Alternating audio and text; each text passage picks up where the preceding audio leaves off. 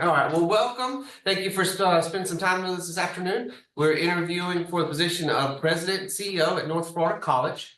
And so we do have a time limit. We have a 1 hour interview time. So just want to be respectful of your time and our board's time. So we'll just kind of jump right into it. We'll give them a second to introduce themselves to you, and then they've got some questions that they've prepared. So Thank you. Malcolm Hines from Swanee County. Adrian Taylor from Swanee County. Sandra Haas, Swanee County. Ricky Lyons, Lafayette County. Mitchell Herring, I'm the board attorney. I'm Billy Washington, I'm from Madison County. Daniel Tillman, Hamilton County. All right. And my name is Tyler Cootie. I'm the Executive Director of Employee Services at North Florida College. So all we really know about you is what we have in your packet that you sent us. So you want to take some time, introduce yourself to the group, and then they'll get started with the questions. Sure. Thank you very much. First and foremost, thank you everyone for selecting me as a finalist for this interview process. It's a humbling but very important opportunity to leverage quite a bit of things that I've learned over the course of my professional career to bring to bear on the challenges facing the 21st century students that are attempting to determine what type of career field they want to endeavor in, as well as to help the faculties and the staff members in developing their careers and serving these great students and the communities that are part of this footprint for North Florida College. Additionally, Mr. Chairman, I'd also like to congratulate the 4 new members of the Board of Trustees who were recently appointed by Governor DeSantis. That's a very humbling but very important honor for them, and for the new members, your ability to contribute to things not only on the college campus but across the communities is really a hallmark of your professionalism that has set the college in good stead for well into the future. By way of background, I'm a 6th-generation Florida native. I enlisted in the United States Army about 2 years after I married the girl next door. And over the course of my career, I was going to do 3 years in the Army on active duty. I really endeavored greatly to not only learn about the trade that I had enlisted into in the Army, but also wanted to further my career and step into leadership positions and greater leadership responsibilities. And I immediately enrolled in college while I was at Fort Bragg, North Carolina, at my first duty station. And I won't go into all the details, but along the way, I earned a commission through the Officer Candidate School, which is the non-traditional method of earning a commission on active duty, especially for Army soldiers. There's only a handful of folks who get commissioned through that process every year, but I was one of the fortunate ones back in 1982 to earn a commission.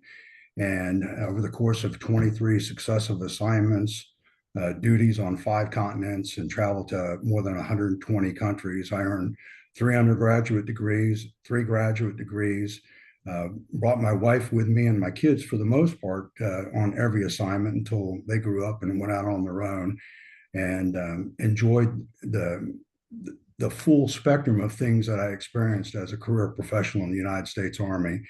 And I retired in 2009 from active duty as a combat decorated full colonel, which is a very humbling story when you consider that I enlisted as a private E1 and worked my way up through the ranks to that strategic level of leadership in the Armed Forces of the United States. It's a pretty neat thing to be able to do, and to set really not only a path for others to follow, but also to be able to mentor, coach, and guide folks who consider paths of a similar nature or the exact same nature that I pursued. I'm really, again, humbled to be able to participate in this process, and I look forward to your questions. Right, we get started. How would you foster a culture of innovation and continuous improvement at North Florida College?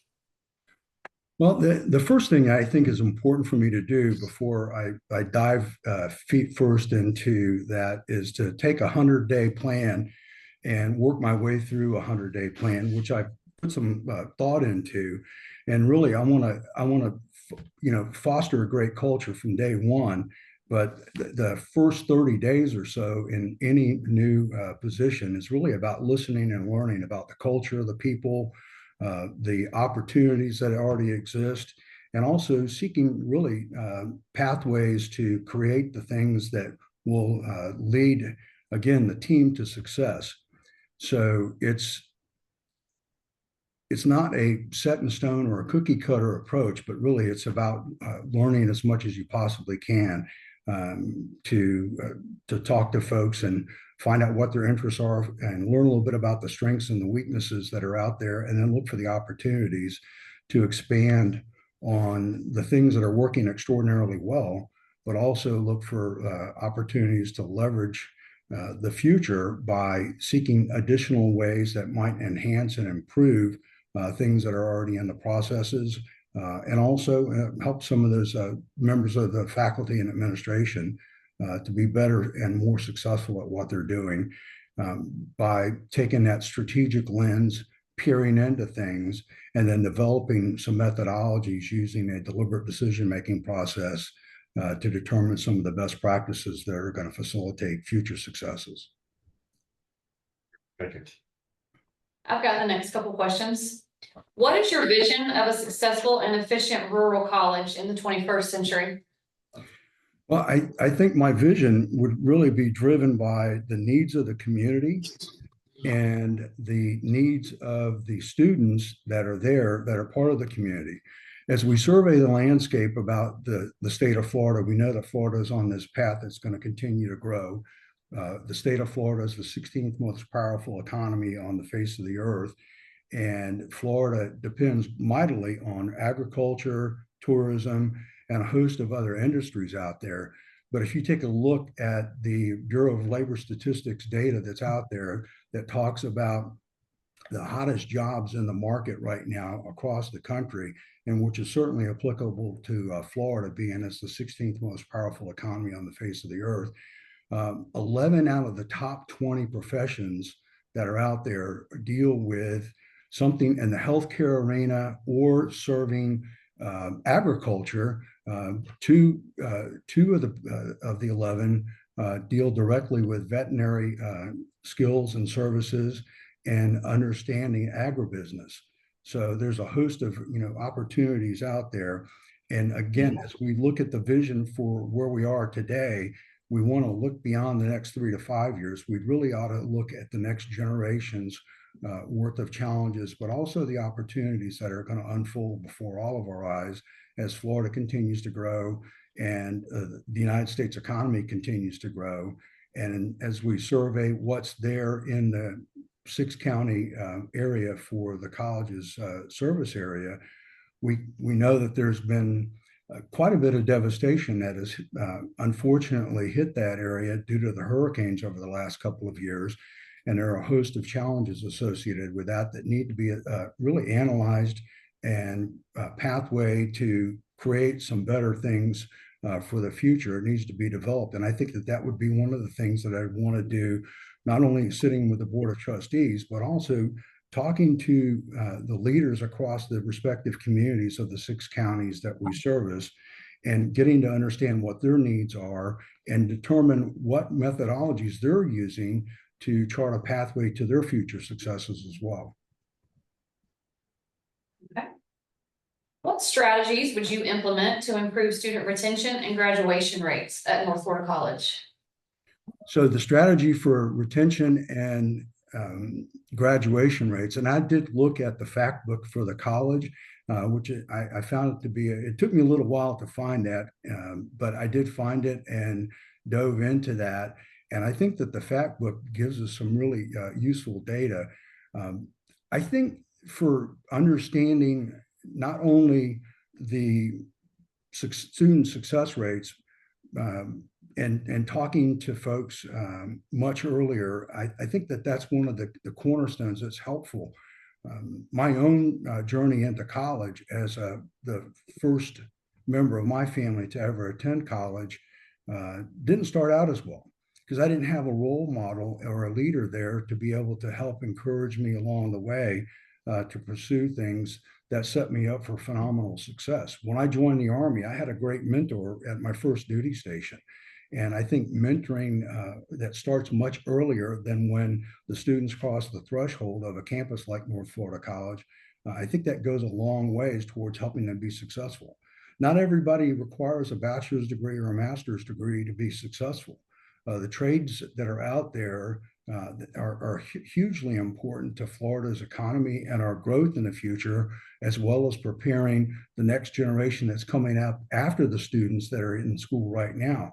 And I think more attention needs to be paid to that so that we can have phenomenally successful people across the full spectrum of needs of our communities, of our counties, and of course the state of Florida as the state grows and our population continues to increase. And the other thing that I think is important is investing in mentoring tools for those leaders that are not only within the college's system, but also investing and helping some of those business executives and those folks that are in education across our school districts in the area to understand how we can leverage the mentorship programs to really better place this advantageously into the future than what has been done in the past. And part of that goes back to looking at what's been done in the past, developing a methodology for the future that incorporates some of the best practices, but also is transformational as well to look for ways to create, again, these synergies by getting a host of things involved and not throwing out any ideas until you know what's really going to work. And in this day and age, the only bad idea is the idea that never gets a chance to see the light of day until you determine whether or not it's going to be rational, feasible, sustainable, and achievable by the folks that are endeavoring to do something like that.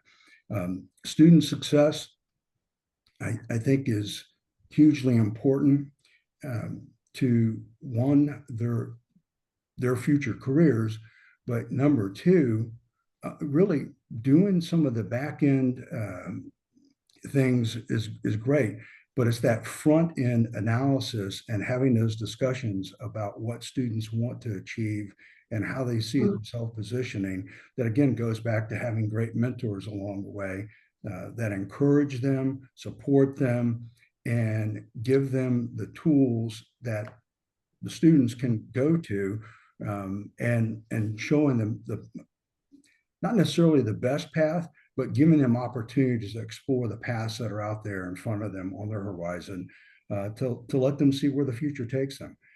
My own example is when I started out at St. Petersburg Junior College back in the 1970s, I thought I wanted to be a phys ed teacher because I was just enthralled with the great teachers that I had, but I very quickly learned that there were other avenues that were out there, and I explored quite a few of them along the way until I ultimately settled on the right path that I felt was the path for me.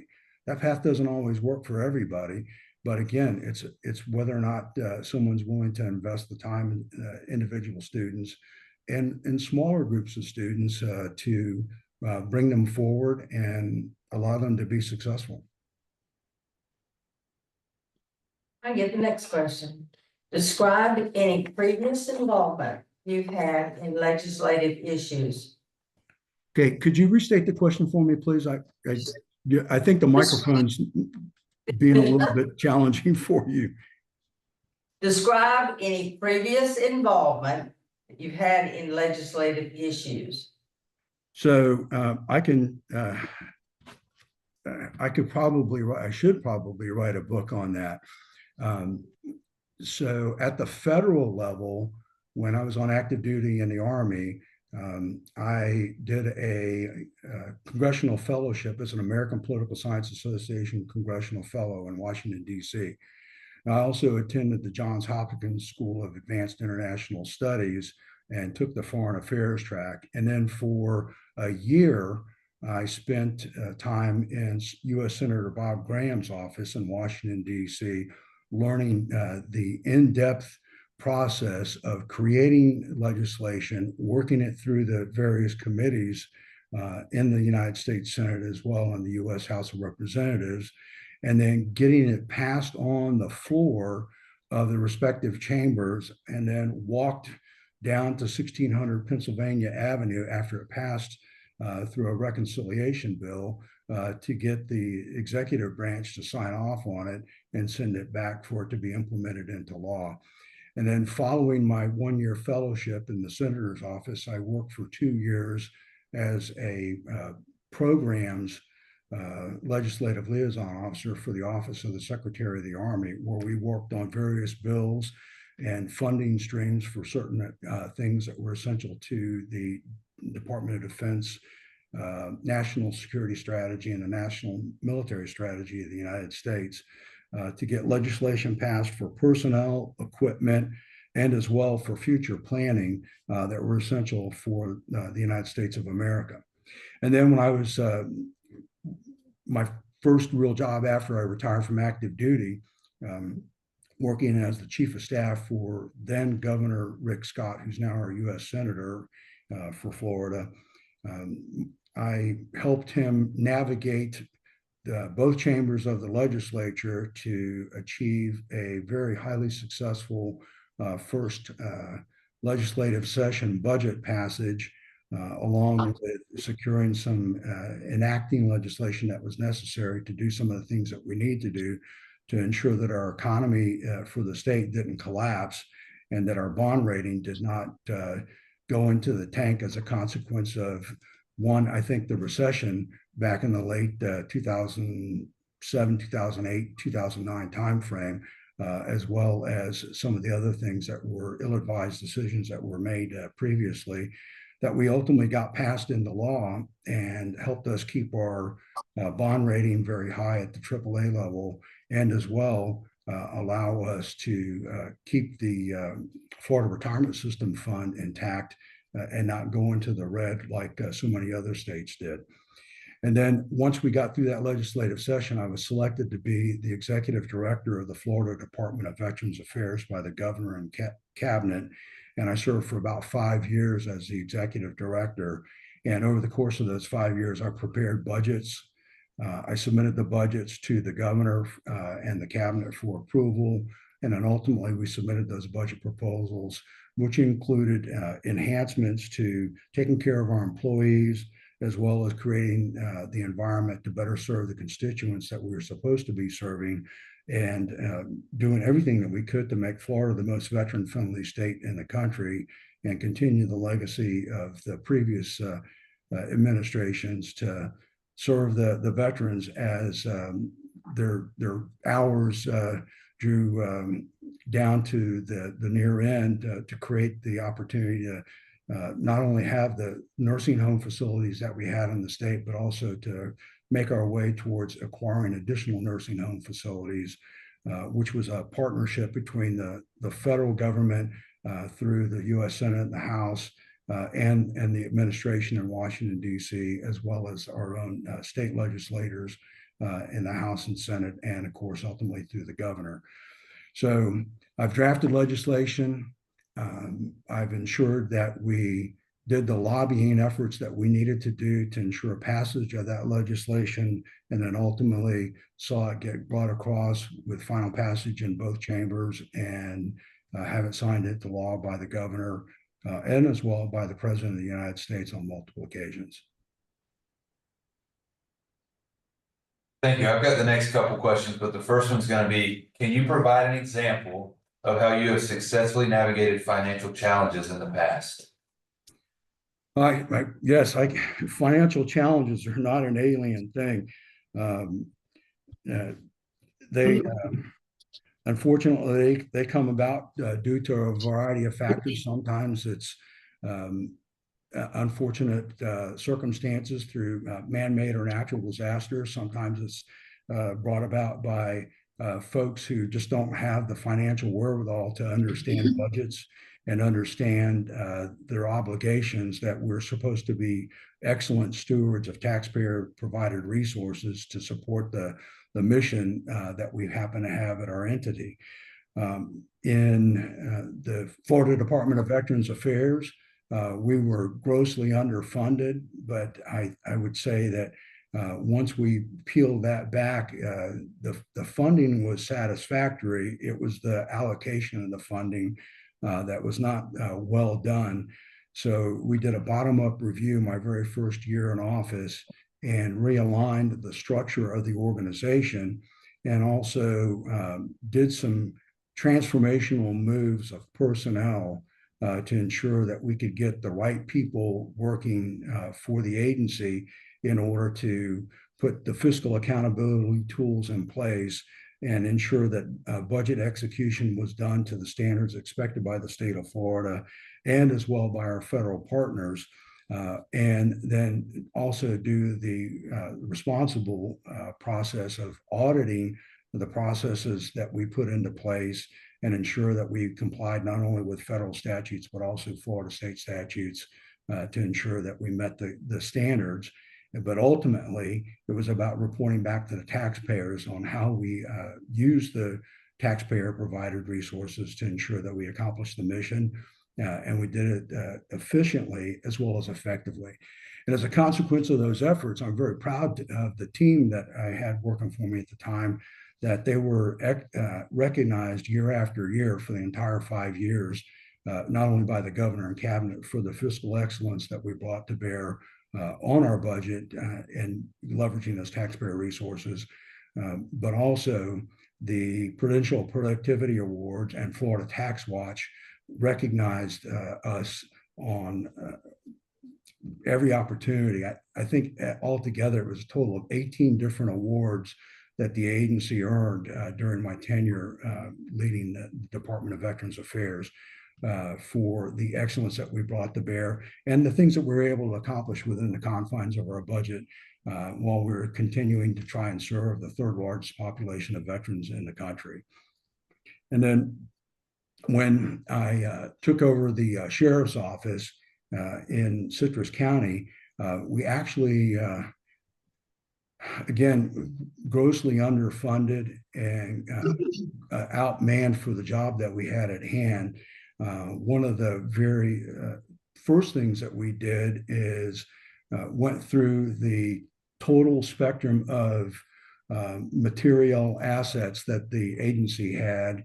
And we very quickly discovered that we had some excess property that was not essential to the mission of the agency. Some of it was things that had been stored in a warehouse that we were paying rent on for more than a decade. And the stuff that was stored in the warehouse was not applicable to any of the systems that we currently had on the books. So we went out very quickly and found a source to properly dispose of those materials. And what we ended up getting a return on is freed up that warehouse space and stopped paying rent on things that we didn't need to store. And we also achieved a $250,000 savings for taxpayers to be able to apply that towards the other operational needs that the agency needed, which was an aging fleet of vehicles that had an average of 175,000 miles per vehicle, and the vehicle fleet average was in excess of 10 years, which for first responders, that's an unconscionable thing to anticipate being able to serve 24/7, especially in an all hazards environment like the state of Florida is, to serve the constituents and serve the partnership relationships that the agency had. The other thing that we did is we very aggressively went after federal and state granting as well as foundation funding that was out there to bring monies in to facilitate those budget shortfalls that we had, that some were chronic and recurring, others were near term and just unforecasted requirements. And over the course of an 8-year tenure, we were able to haul down almost $15 million in federal and state grant funding, and additionally, close to $500,000 in private grant funding that flowed in to allow the agency to continue mission requirements. Great, thank you. The next question would be, how would you ensure North Florida College maintains high academic standards and program quality? Well, I think the thing for high academic standards and program quality goes back to the metrics that are important not only to you as the Board of Trustees, but also the metrics that are important to the folks that are the stakeholders across the community that we serve. You know, Florida has a great reputation across the country, and I would say across the world, based on my experiences and traveling all over the world, that people want to come to Florida because of its #1 academic rating on the global scale. We're ranked very high in our state university system. All of our colleges collectively are ranked #1 in the United States, and our technical programs as well at our technical institutes across the state are ranked very high. So the way you maintain those high standards is that you measure outputs and performance, and you look for opportunities to correct things before they become problematic. And I think as I drilled into the fact book, I learned some things there, and I think there's some opportunities that once I could probably digest a little bit more of what the process is for putting the fact book together, we may look for things that we can enhance some of our program qualities that we already have in place. But again, I think the real key to those successes for maintaining high standards and having that reputation for high program quality is never resting on the achievements that you have already put together and stand firmly on. Always seek opportunities to better yourself, to better the college's position, and also to better the team that's around you. There's an old maxim out there that a rising tide lifts all ships. But if the ship is firmly stuck to the bottom and hoping for something to come along that's going to lift it, that's probably not the best thing to do, because hope's never a method. Really rolling up your sleeves, taking your coat off, loosening up your tie, and getting your hands immersed into the things, and really drilling down to the data and looking for those nuanced things that really sometimes we feel that there's something that might not be perfectly right, but we don't know how to ask the question. And that's where I think that being around some of the other folks that are part of the community, talking to the school superintendents, also talking again to the business owners that are out there, but using the faculty and the administrative staff for feedback as well, to look for opportunities to enhance the program quality, and also seek things that are currently not being sought. One of the things that I was thinking about for enhancing program quality is taking the time to spend more and invest more from the Office of the President in the faculty, and ensuring that we're getting every mile that we can out of those great leaders in the faculty that have awesome credentials, and they've got a lot of classroom time. But how do we make that even better for them? And how do we make us the destination place for future faculty members to come to? We don't know what's out there until we start throwing a broader cast net that might catch different opportunities that are being missed right now. So I think, you know, as you look at things and you have a transformational mindset and always look for opportunities to improve, I don't think complacency has an opportunity to set its foot in the door, and then unfortunately trap people in bad situations that don't lead to the results that are necessary for what people are attempting to achieve. Okay, the next question is, what is your view on diversity, equity, and inclusion as it might relate to North Florida College?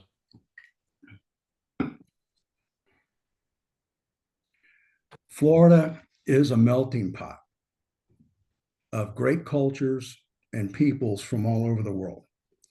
And having had the benefit of living all over the world on 5 continents and traveling to well over 120 countries over the course of my lifetime, I think that the diversity, equity, and inclusion metric probably doesn't measure up to what we really need to be focused on. I think looking at people, I grew up in a merit-based profession when I was standing on the shoulders of giants, rising up through the ranks in the armed forces of the United States. We never, ever made decisions based on a person's gender, the color of their skin, or their ethnicity.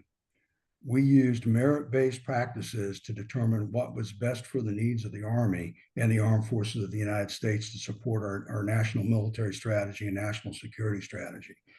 I believe very strongly that we should focus on taking care of the team and ensuring that the best people have the opportunity to rise up and serve and contribute and lead. I think that the future is well postured to achieve what we need to do without looking for artificial ingredients to throw into an equation to determine how to best serve the needs of our community. And I think the population has seen a sea change in the way we're looking upon those potential points on that topic. Okay, the next question is, North Florida College's annual operating budget is somewhere between 14 and 16 million. If you were asked by the Commissioner of Education to cut that budget by 10% over the next 6 months, what steps would you take? Well, so the steps that would be necessary would be to find out where we are in the budget process and determine where cuts could be made without harming the academic programs that we are supposed to be achieving to support our community and support the students that are there. A 10% budget cut, I've lived through some of that in the past, both in DOD and as well at the state level. I think if you look across the board and say, everybody's got to do a 10% budget cut, that doesn't probably meet the test of what's rational, feasible, and acceptable for the long term of a community. Some draconian measures might have to take place, and we've seen that happen across the state and across the federal government in the past. And what you would have to look for is determine what is essential and what is not essential, but it's within the budget. And then if there are things within the non-essential areas out there that could be trimmed, then you trim all of that.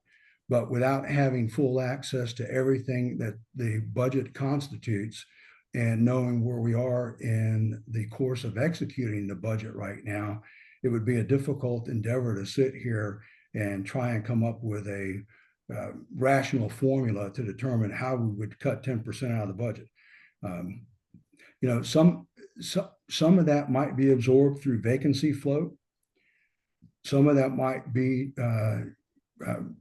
offset by postponing some purchases or postponing some facilities maintenance. But as we all know, deferred maintenance on facilities ultimately ends up costing more in the end, especially when it comes to infrastructure that does not have a life cycle replacement plan that's been vigorously pursued in the past, which is pretty prevalent, unfortunately, in the public sector because of competing priorities and because of other external factors that affect budgets. And so it's not in the realm of the impossible, but in order to really put it in the realm of the doable, we would have to see where the budget is, how much time we have left in the fiscal year, and what the long-term implications are of cutting the budget by up to 10%. Thank you. The next question, what experience do you have with fundraising and how would you approach fundraising? Well, so the experience on fundraising, is it. I have it at the federal level, the state level, the county level. I also have it at the private foundation level, and the funding. There are a host of different funding streams out there to be able to support things. So what I would really say is understanding where the funding stream has gone in the past. Look for those opportunities to continue those funding streams, but then turn on its side and really determine what has not been done in the past and look for those opportunities out there that we've not explored to be able to see if there are missed opportunities that could be exploited for the advantage of North Florida College. And in the competition for resources, when it comes for funding, there are many untapped resources that are out there going for want of an opportunity to serve a need, and they're begging for the ask. But unfortunately, the folks don't know where to look and how to ask for them. So in my I'm sorry. Oh, go ahead. I didn't say anything. Okay. In my experience in the past, it's determine what the needs are, and then determine who the potential donors are. And then it takes the key leader from the organization working alongside of the other stakeholders who have the ability to influence decision makers to make decisions to support those needs. And in some cases, you build upon it. It starts with small donors and works its way up. I spent 6 years working with the Florida Sheriff's Youth Ranch as a member of the Sheriff's Ranches Enterprises Board, and also as a member of the Sheriff's Ranches Board of Directors. And I spent 3 years because of COVID. I served extra time as the chairman of the board for the Sheriff's Ranches Enterprises. And the opportunities for supporting that noble mission were greatly enhanced by just having conversations with folks and realizing that there are no casual conversations with potential donors to a good cause. Some folks may have to be asked more than one time to support a noble cause. And then other folks, they're willing to not only step forward right now, but they might also step and have a conversation with their manager of their trust to put something in the trust to make sure that funding is brought forward. In my role at the Florida Department of Veterans Affairs, we created a foundation, and that foundation went out to go and support veterans in great need or in crisis for services and support that were not readily available through the state or through the federal government, and were on the verge of falling through the cracks. And the foundation made grants and supported family members as well of some of those veterans. And the foundation that we had for the sheriff's office, again, it started from a very small, humble beginning, but very quickly grew into something very powerful to be able to support those things that were not within the fiscal confines of the budget or within the appropriation process through the legislature approved by the governor or through a federal grant or state grant opportunity. So we allowed that to go into place. And again, we raised about $500,000 for the Sheriff's Foundation over the course of 8 years in what is certainly not one of the most fiscally well-endowed counties in the state. In fact, the funding stream allowed the agency to do something that had not taken place for over 130 years, which was create a memorial for the fallen officers that call this county home, which we did with zero seed money from any state or local source other than the foundation that was provided by the generous donations of folks that are out there.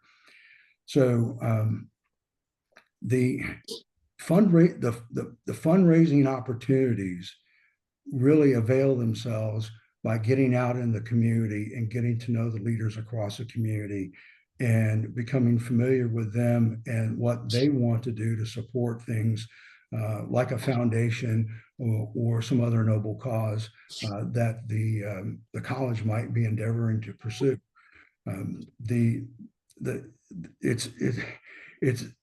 It's a cliche, but it's like management by walking around. You have to get out and be visible in the community and be seen and be approachable and be somebody that folks know that they can go and have a conversation with.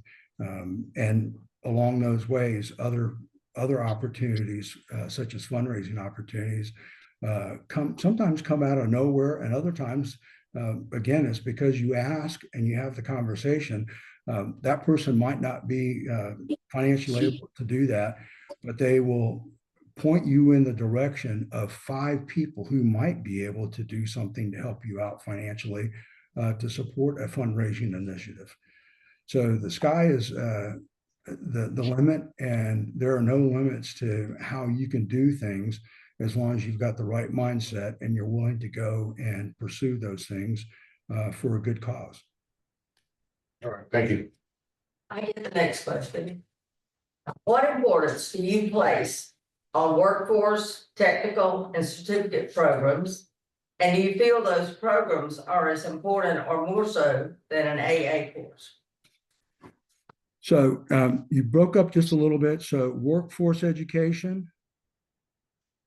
And what was the other part? Workforce education, technical, and certificate programs.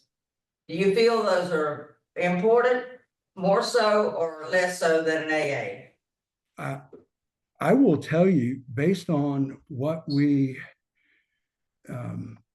experiencing in Florida and the shortage of trades and people who have skills ready to get into the job market, I've always placed a very high importance on that. Education is a lifelong journey. And the moment that you stop pursuing your training or your professional education, you become stagnant. Your skills become rusty. Sometimes they become irrelevant.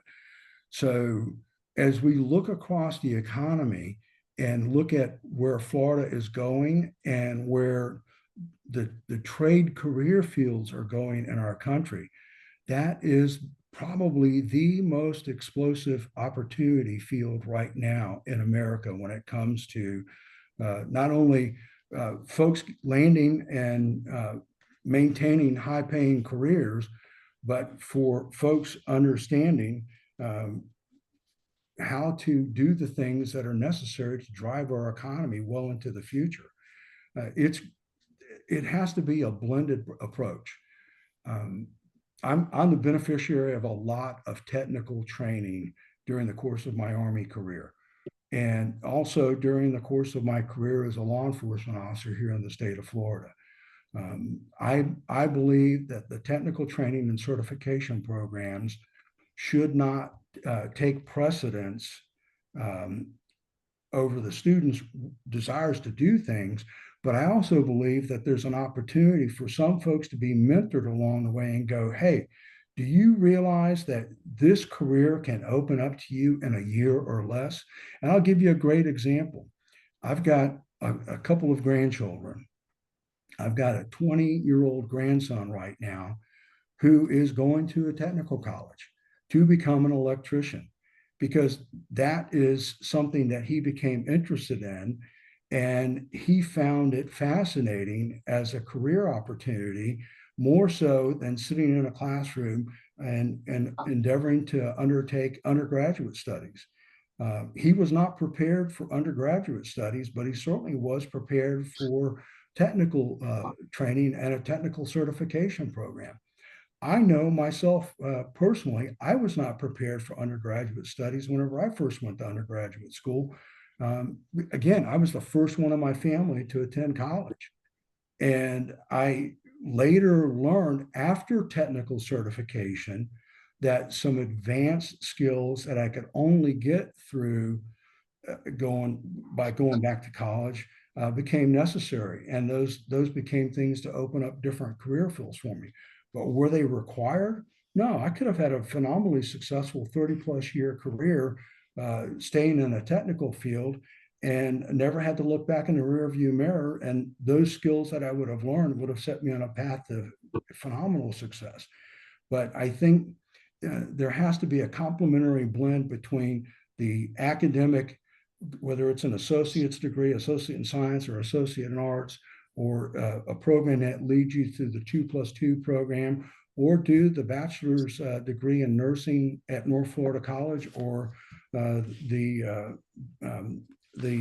applied science degree in management at North Florida College.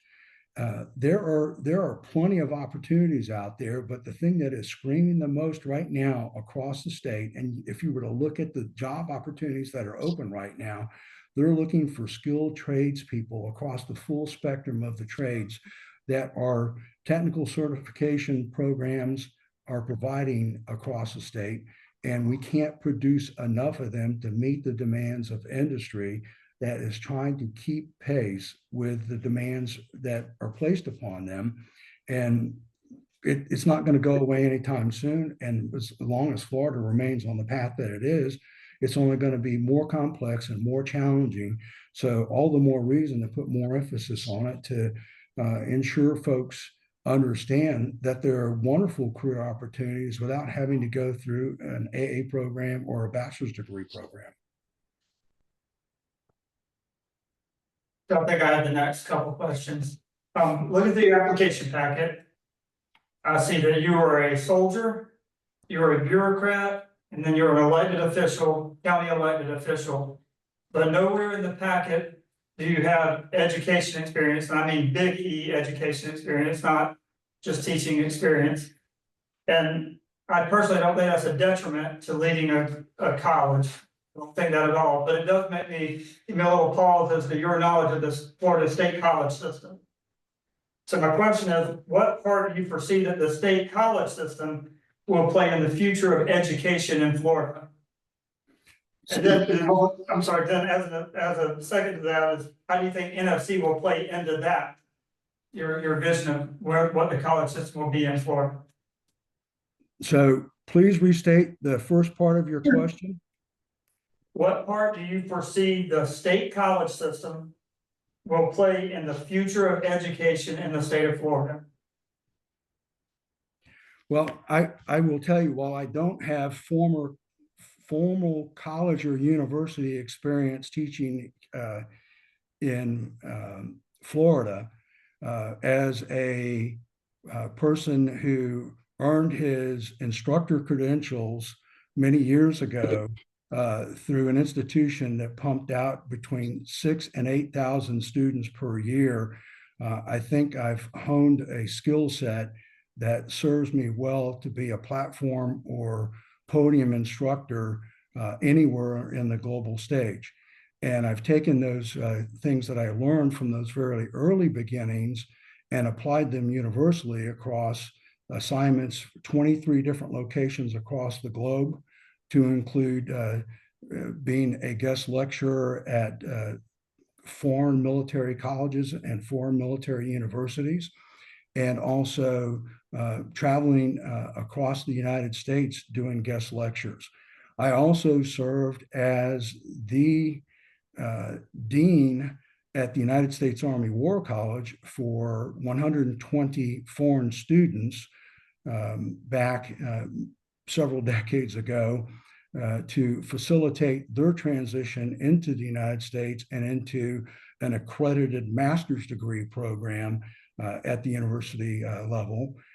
And again, as a graduate student on multiple occasions, graduate students do quite a bit of podium or platform instruction among their peers who are fellow graduate students. And as we all know, the harshest, most severe critiques sometimes can come from your contemporaries or peers in an academic setting. whenever it comes to being able to get feedback that's very honest and unvarnished. But what I will tell you about preparing me for a position such as this is that I'm remarkably prepared for a position such as this. I have been thrust into assignments on a worldwide basis or a statewide basis throughout my entire lifetime.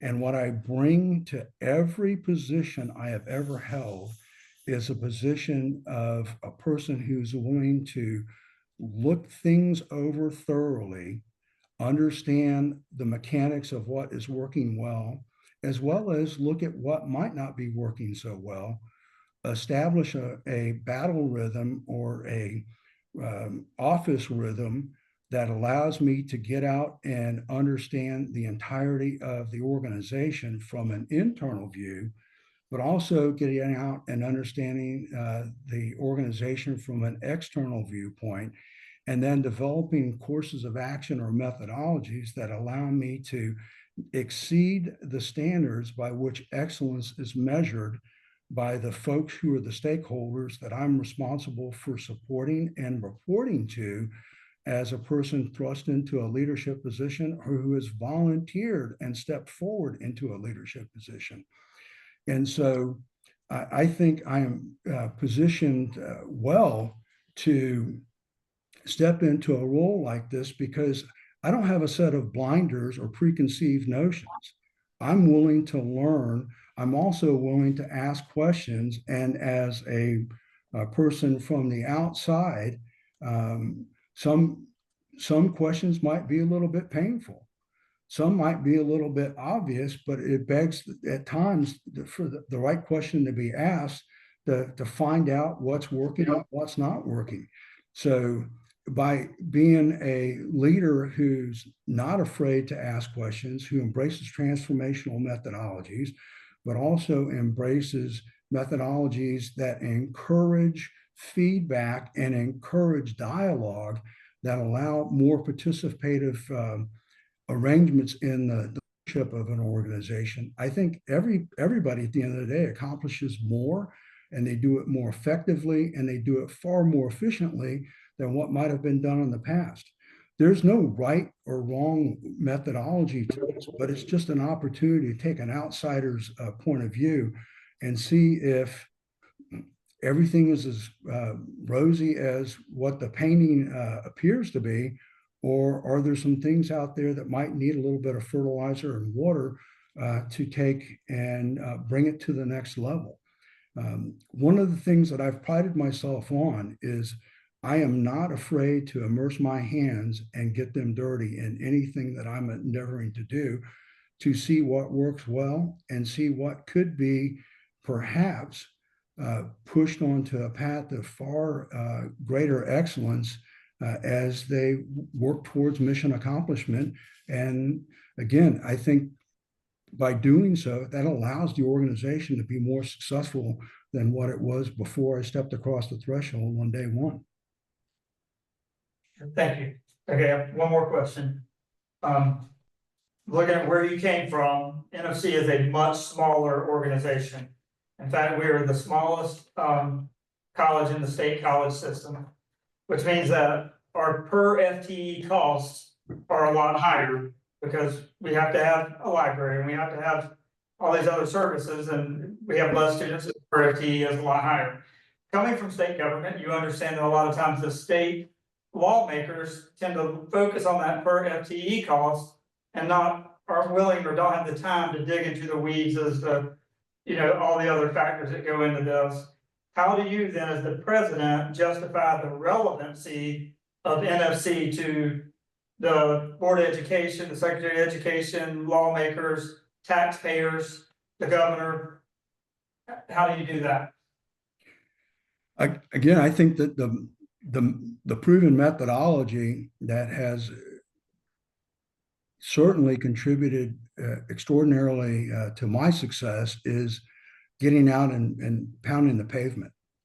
And me being the person who puts a face to the name of the college by talking to the governor, talking to the members of the cabinet, talking to the president of the Senate, the Speaker of the House, but also getting to know their staff members, because the staff members, as we all know, have a great deal of influence and ability to bring things to bear when other methodologies don't necessarily become successful.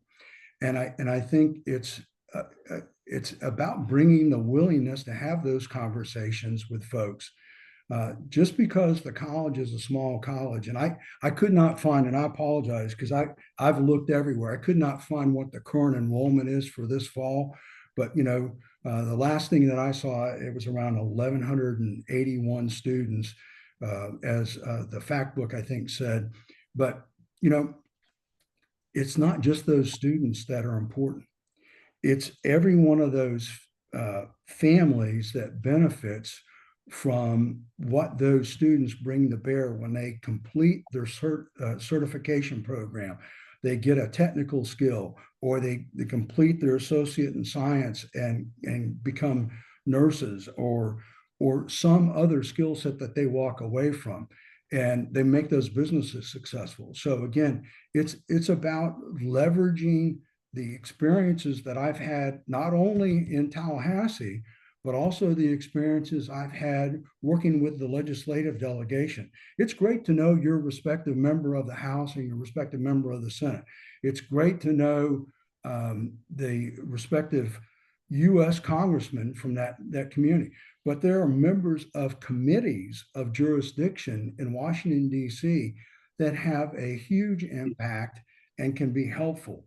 And sometimes it might not be in the direct, most tangible way, but those indirect opportunities when they present themselves, because you've had the opportunity to liaise with those folks and have a conversation, and their staff, their chief of staff, or the legislative director up in Washington, D.C. has your cell phone number and your email address. Those are very powerful tools that are irreplaceable at times when you least expect it, where you can get some support and assistance from to make things happen for the good of the community. And now, not just talk again about the 1,200 or so students and the staff. I'm talking about the community at large. And again, we don't know what's possible without asking the right questions and being unafraid to go and knock on doors sometimes and make cold calls, which I've done in Washington, D.C., and I've certainly done in Tallahassee a multitude of times. And at times you have to go to those committee meetings, and while you might not be on the agenda, you might get an opportunity to speak about a topic when they open it up, and being there and knowing how to be able to do that. And it's not just being a subscriber to lobby tools. It's about knowing who up in Tallahassee has the right entree for you to get in and have those conversations with those folks that are going to be the ones cutting or adding when you get down to that last 10 days or so of the legislative session every year. Thank you. Thank you.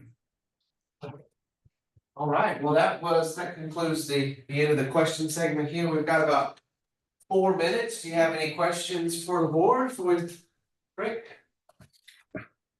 No, I don't think I have any questions. I think it was a very good question and answer session. And I know how difficult these are, being on the other end where the chairman's sitting right now and all of you are sitting in the past. But again, I want to thank all of you for your time. And again, I want to congratulate the 4 new members of the Board of Trustees on their selection. It's a neat honor to be appointed by the governor for any position to serve a group of citizens. What I would conclude with is, if I'm entrusted to lead North Florida College in the future, I will do it with the passionate heart of a servant leader who puts mission on the same level as the people of the organization, because I believe that if you take care of the people of an organization, the mission takes care of itself. And I've learned that sometimes over and over again because of the heat of the moment of certain things. But I think if you bring a balanced approach to taking care of your people and taking care of the things that are important to them, and not being afraid to open their eyes to other potentials on their horizon, that the mission just ultimately takes care of itself. So my selfless service and stewardship and pursuit of excellence has always been something that I've stood firmly on. And while I recognize that, 3 master's degrees might not be a desired end state, I can promise you that if selected, I'll be that much closer by the time things get rolling to having a doctorate degree done, to also add to my set of credentials. But most importantly, again, it's about serving others. Well, thank you for your time today. We've